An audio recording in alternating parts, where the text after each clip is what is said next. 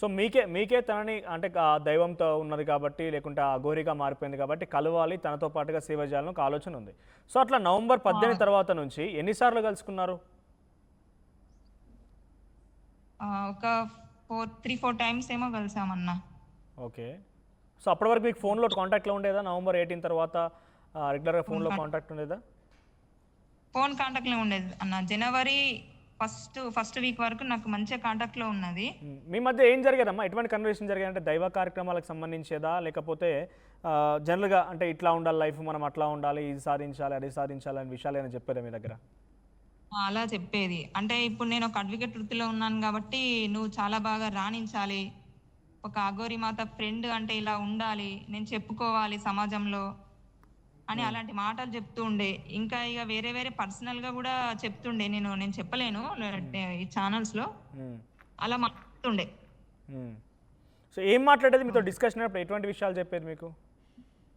ఎప్పుడు నేను నీతో ఉండాలి అనుకుంటున్నాను, మనం ఇలాగే కలిసిమెలిసి ఉండాలి. ఇప్పుడు ఆ వర్షినితో అయితే ఏ వర్డ్స్ అయితే చెప్పింది యాజ్ ఇట్ ఈస్ గా నాకు చెప్పిన వర్డ్స్. అంటే వర్షిని ఎక్కడ చాలా ఎక్స్ప్లెయిన్ చేయలేదు తను, అంటే ఇలా చెప్పింది అలా చెప్పిందని వాళ్ళ పేరెంట్స్ చెప్పడమే తప్ప తను ఎక్కడ మాట్లాడలేదు. సో మీరు ఆల్రెడీ బాధితురాలుగా ఉన్నారు కాబట్టి మీ నుంచి కొన్ని వినాలనుకుంటున్నాను నేను. అంటే ఏం చెప్పేది మీకు? అంటే ఎట్లా అట్రాక్ట్ అయ్యారు తనకి, ఏం చెప్పేది మీకు?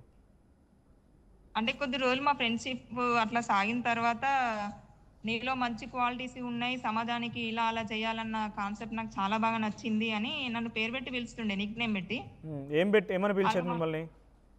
రాధి అని పిలుస్తుంది నాది.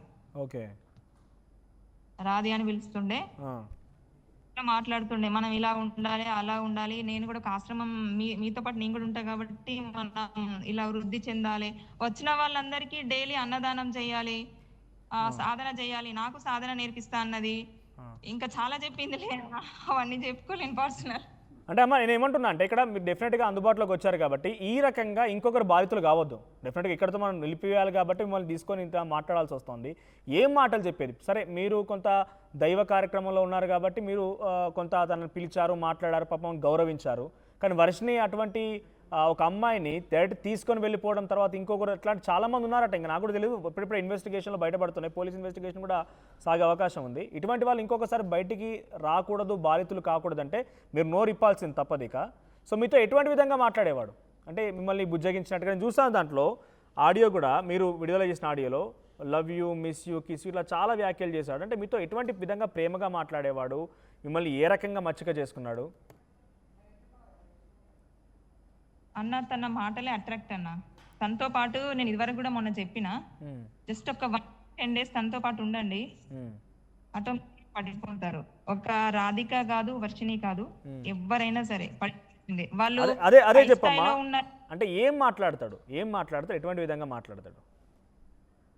అంటే మీకు నేను అది వాట్సాప్ వాయిస్ మెసేజ్ పంపాను చూడండి, అలాంటి మాటలు. అంటే అంగం ఉన్న వ్యక్తి కూడా మాట్లాడలేని మాటలు. అంటే అంత ప్రేమ, అంటే ఆ ప్రేమ మనం భరించలేము అన్న, అంత ప్రేమిస్తుంది.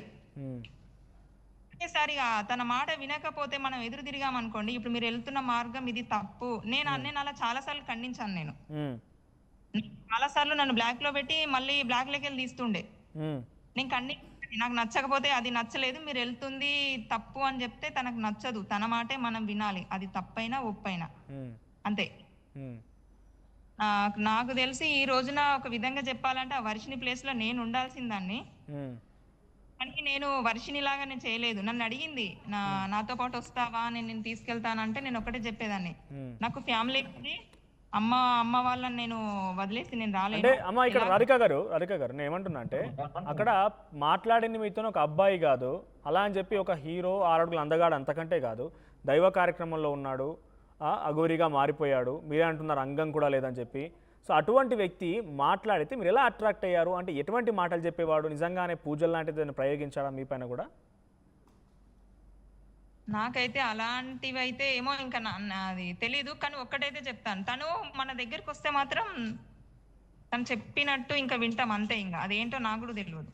నేను కూడా అలాగే నేను కలిసింది 3-4 టైమ్స్ అయినా కూడా ఓకే, తను చెప్పినట్టే నేను మాట్లాడేదాన్ని, వినేదాన్ని. రోజు ఫోన్లో టచ్లో ఉండేవారా మీకు? ఇప్పుడు మాట్లాడిన నాతోటి అన్న ఎక్కువ శాతం అయితే దేవుని గురించి మెన్షన్ చేసేవాడు, భక్తి గురించి, సేవల గురించి. ఉమ్, ఇంకెప్పుడు ఆశ్రమం పెడదాం, ఎప్పుడు ఆశ్రమం పెడదాం. నేనైతే తన కోసము ఈ మన కొండగట్టు పుణ్యక్షేత్రం ఉంది కదా, ఆ, ఆ చుట్టూ ఒక ఫోర్ ప్లేసులు ఎత్తి పెట్టానన్న. ఉమ్, అవి నచ్చలేదని చెప్పారు. తర్వాత మన వెమ్లవాడ రూట్ లో ఒక 2 చోట్ల వెతికి పెట్టాను, ఉమ్, అది నచ్చలేదని చెప్పిండు. ఉమ్, లాస్ట్ కి వస్తే వర్షం తీసుకొని వెళ్ళిపోయిండు ఈ సమయంలో. ఉమ్. కాదమ్మా, మీతో మాట్లాడే సమయంలో రెగ్యులర్గా ఫోన్లో మాట్లాడేవాడు కదా, అంతలా ఏం మాట్లాడేవాడు ఫోన్లో? ఎప్పుడు చూసినా సనాతన ధర్మం, మహిళలు అని అనుకునే వ్యక్తికి సాధన చేస్తాను, గంటల గంటలు నేను ధ్యానంలో ఉంటానని చెప్పే వ్యక్తి మీతో ఫోన్ మాట్లాడేంత టైం ఉంటుందా? ఏం మాట్లాడేవాడు మీతో ఫోన్లో? అన్న నేను ఒకటి చెప్పనా, తన సాధన ఎంతసేపు ఉంటుందో నాకు తెలియదు. ఉమ్, ఒక పొద్దున 1/2 సాయంత్రం ఒక 1/2 సాధన చేస్తాడు అనుకుంటా, నేను చూసాను. ఉమ్, కానీ మిగతా సమయం అంతా నాకు తెలిసి మాట్లాడడానికి అంకితం చేస్తాడు. ఇంకొకటి ఏంటంటే, నేను తెలుసుకున్న ఇన్ఫర్మేషన్ లో ఎంపీలో కూడా ఒక నాతోటి మాటల ద్వారానే అన్నాడు. నా దగ్గర ప్రూఫ్స్ లేవు, ఉమ్, అంటే జస్ట్ మాట్లాడుతుండే. ఉమ్, ఎవరో ఒక అమ్మాయి, 2 పిల్లల తల్లి, తన బాధ చెప్పుకోవడానికి, అంటే తనకి తన హస్బెండ్ ద్వారా ఏదో ప్రాబ్లం ఉందని వచ్చిండ్రు. ఉమ్, వస్తే ఆ అమ్మాయి ఈ అఘోరి మాతతో తన ప్రాబ్లం చెప్పుకుంటూ ఉంటే తనట చాలా బాగుంది, అందంగా ఉంది, ఉమ్, చాలా అద్భుతంగా ఉంది అది అని చెప్తుండే.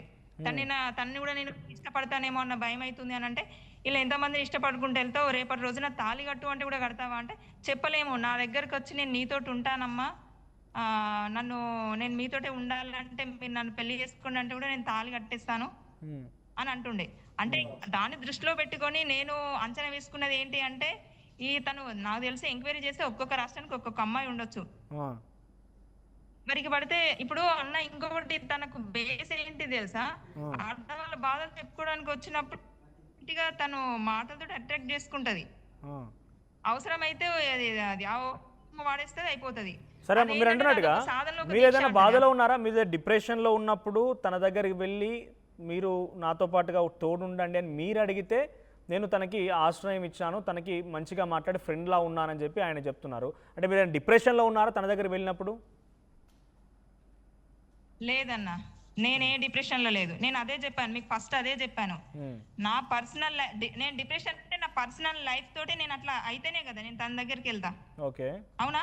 ఓకే, నేను అట్లా అవ్వలేదు. ఇంకొకటి, నేను ఎప్పుడు నా పర్సనల్ లైఫ్ గురించి నేను ఎప్పుడు చెప్పుకోలేదు. తను అడిగింది కాబట్టి నా పర్సనల్ లైఫ్ గురించి ఒక 4 ముక్కలు చెప్పాను అంతే తప్ప నేను పూర్తి కూడా నేను తనకు చెప్పలేదు. ఓకే, ఏం చెప్పారు? మీ పర్సనల్ లైఫ్ గురించి ఏం చెప్పారంటే ఆయన ఏం రాబట్టుకొని మిమ్మల్ని ఇంత అట్రాక్ట్ చేసే ప్రయత్నం చేశాడు? అన్న పర్సనల్ లైఫ్ అంటే ప్రతి ఒక్కరికి ఒక్కొక్క రకంగా ఉంటుంది అన్న. నేను ఇప్పుడు లైవ్ లో ఏం చెప్తాను, ఇప్పుడు నా హస్బెండ్ తోటి నాకు హర్రస్ జరిగింది, నేను ఒక హౌస్ అది మీకు తెలియదు. నేను అవన్నీ నేను ఇందులో చెప్పలేను, నేను ఆయనకే చెప్పలేదు. నేను అది ఇప్పుడు ఎల్లూరు శ్రీనివాస్కే నేను చెప్పుకోలేదు అవన్నీ. ఇంకా తనే నన్ను నీకేం చెప్పండి. అంటే వాటిలో నుంచి మీ దగ్గర ఉన్నటువంటి ఆ థింగ్స్, బ్యాడ్ థింగ్స్ ఏవైతే ఉన్నాయో మీరు చెప్పుకోవడం వల్ల వాటిలో నుంచి ఆయన కొంత రాబట్టుకొని తన వైపు అట్రాక్ట్ చేసుకునే ప్రయత్నం చేసిండు అయితే.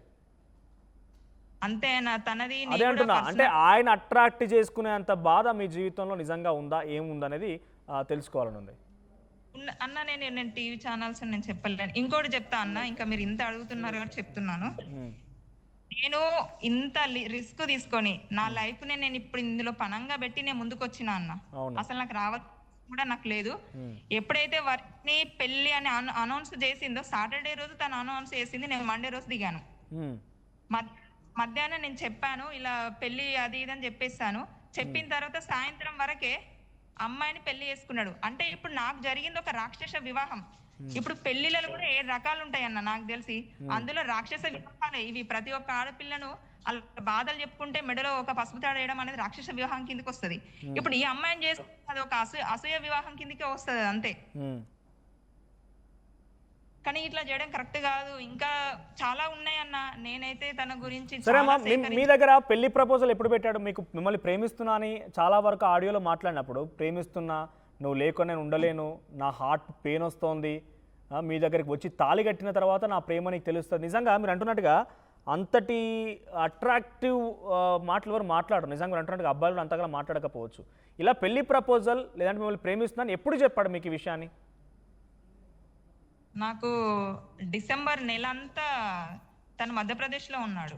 ఓకే, యాక్చువల్గా మధ్యప్రదేశ్లో నవంబర్ 18న ఇక్కడ నుంచి నన్ను కలిసి ఆ రోజు వెళ్ళిపోయిన తర్వాత ఒక 2 డేస్కి ఏమో యాక్సిడెంట్ అయింది మధ్యప్రదేశ్లో. ఇది ఎవరికి తెలీదు. అంటే తన కార్ మొత్తం డ్యామేజ్ అయిపోయింది. ఓకే. ఆ ఫొటోస్ అన్ని ఉన్నాయి, కార్ ఫొటోస్ కావాలంటే నేను పెడతాను. ఓకే. ఎక్కడ డ్యామేజ్ అయింది? అది ఎంపీలో అయిందని విన్నా నేను. ఎంపీలో, మధ్యప్రదేశ్లోనే అయింది. ఓకే. అక్కడ నుంచి మీకు ఫోన్ చేశాడు. అక్కడ ఒక 1 మంత్ ఉండాల్సి వచ్చింది. తన కారు మొత్తం అంటే మళ్ళీ కొత్తగా చేసి ఇచ్చారు అన్నట్టు వాళ్ళు. ప్రపంచంలో ఏ మూల ఏ క్షణం ఏం జరుగుతుందో వేగంగా తెలుసుకోవడానికి తొలి వెలుగు వాట్సాప్ ఛానల్ని ఫాలో చేయండి.